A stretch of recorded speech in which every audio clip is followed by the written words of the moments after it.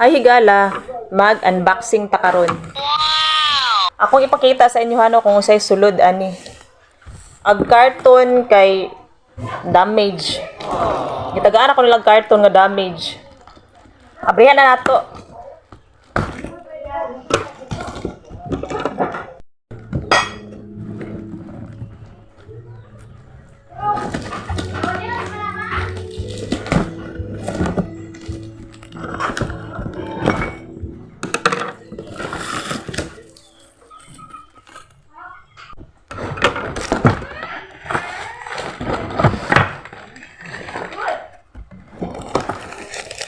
Mao ni siya mahiga lang ako ang napalit dito sa sentro. Baso. Gituyon ako na siya palit na mahigala kay namaligyan ako diri beer. So, ang mopalit diri mahigala no kay ang akong hatag nila nga baso kay katurang regular size niya kay mangita man sila dako nga baso. Mo to nga nakato ko sentro ni palit jud kog baso nga dako. O dako ni siya mahigala. So, kung mo reklamo pa siya mahigalan no, og mangita pa jud siya mas dako pa jud ani, tagaan na jud ako siya gabo.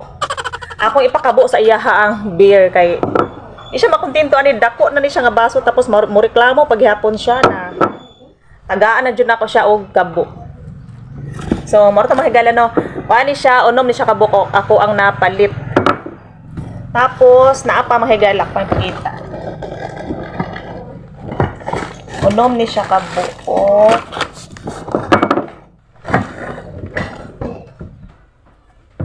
Tapos napud tay plato. Kaya ako ang plato diri mahigala kay nabuak. So kinahanglan na pug ko og plato. Lalom-lalom siya, so lami siya no kanang naisabaw. Tapos napud tay kutsara.